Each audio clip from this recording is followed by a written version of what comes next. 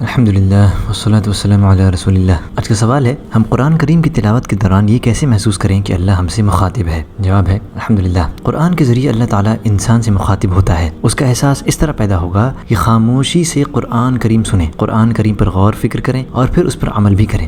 اس کی وجہ یہ ہے کہ مسلمان کا یہ ایمان ہے کہ اللہ تعالیٰ اپنے بندوں کو قرآن کریم کے ذریعے مخاطب فرماتا ہے، انہیں نیکی کا حکم دیتا ہے اور برائیوں سے روکتا ہے۔ کبھی کچھ مخصوص مسلمانوں کو بھی مخاطب فرماتا ہے اور تو کبھی سب کو عمومی طور پر خطاب فرماتا ہے۔ چنانچہ اگر صرف اہل ایمان کو مخاطب فرمائے تو مسلمان اس کی طرف مکمل توجہ دے اور کہے ہم نے سن لیا اور اطاعت کی، جیسے کہ ابن مسعود رضی اللہ عنہ کہتے ہیں کہ جب تم اللہ تعالیٰ کا فرمان یا ایھا الذین آمنوا سنو تو اپنے کانوں کو متوجہ کرو، کیونکہ اب اللہ تعالیٰ کسی خیر کا حکم دے گا یا کسی برائی سے روکے گا۔ اور جس وقت سب لوگوں کے لیے خطاب عام ہو تو دل میں یہ بات لائے کہ اللہ تعالیٰ نے اسے بھی مخاطب کیا ہے۔ چنانچہ اگر کسی کام کے کرنے کا حکم ہے تو اس پر عمل پیرا ہو، اور اگر کسی کام سے روکا ہو تو اس سے رک جائے، اور اگر کوئی نصیحت ہو تو اس کے مطابق عمل کرے۔ انسان پورے قرآن کریم کی تلاوت کے دوران یہ بات ذہن میں رکھتا ہے کہ اللہ تعالیٰ اس سے مخاطب ہے، تاہم قرآن کے مختلف حصوں کے اعتبار سے اس میں تبدیلی آتی رہتی ہے۔ لہٰذا جب کسی نیکی کا ذکر کیا جائے تو یہ ذہن میں رکھے کہ اللہ تعالیٰ نے اسے بھی یہ نیکی کرنے کا حکم دیا ہے، اور اگر کسی نافرمانی کا ذکر ہو رہا ہو تو یہ ذہن میں رکھے کہ اللہ تعالیٰ نے اس سے روکا ہے۔ اور جب اہل ایمان کا تذکرہ چل رہا ہو تو یہ ذہن میں بٹھائے کہ اللہ تعالیٰ نے ان سے محبت اور تعلق بنانے کا حکم دیا ہے، اور جب اہل کفر اور نفاق کا ذکر ہو تو ذہن میں رکھے کہ اللہ تعالیٰ نے ان سے بغض اور دشمنی رکھنے کا حکم دیا ہے۔ اسی طرح جب شیطان کا ذکر آئے تو یہ سمجھے کہ اللہ تعالیٰ نے شیطان سے دشمنی، مخالفت اور اس کے پیچھے نہ چلنے کا حکم دیا ہے۔ نیز بندہ اللہ تعالیٰ کی تابعداری کا پابند ہے، جیسے کہ اللہ تعالیٰ کا فرمان ہے، ترجمہ: اولاد آدم، کیا میں نے تم سے عہد نہیں لیا تھا کہ تم شیطان کی بندگی نہ کرو؟ بے شک وہ تمہارے لیے واضح دشمن ہے، اور میری ہی عبادت کرو، یہی صراط مستقیم ہے۔ اسی طرح جب صداقت اور سچے لوگوں کا ذکر ہو تو یہ ذہن میں لائے کہ اللہ تعالیٰ نے صداقت پر عمل پیرا ہونے اور سچے لوگوں میں شامل رہنے کا حکم دیا ہے۔ اور جب جھوٹ اور جھوٹے لوگوں کا ذکر ہو تو یہ ذہن میں لائے کہ اللہ تعالیٰ نے جھوٹ سے بچنے اور جھوٹے لوگوں سے دور رہنے کا حکم دیا ہے۔ امام ابو بکر اجوری رحمہ اللہ کہتے ہیں، پھر اللہ تعالیٰ نے اپنی مخلوق کو قرآن کریم پر تدبر کرنے کی ترغیب دلائی اور فرمایا، ترجمہ: کیا وہ قرآن کریم پر تدبر نہیں کرتے یا ان کے دلوں پر تالے پڑے ہوئے ہیں؟ ایسے ہی اللہ تعالیٰ نے فرمایا، ترجمہ: کیا وہ قرآن پر غور فکر نہیں کرتے؟ اگر یہ قرآن غیر اللہ کی جانب سے ہوتا تو اس میں بہت زیادہ اختلاف پاتے۔ اس پر محمد بن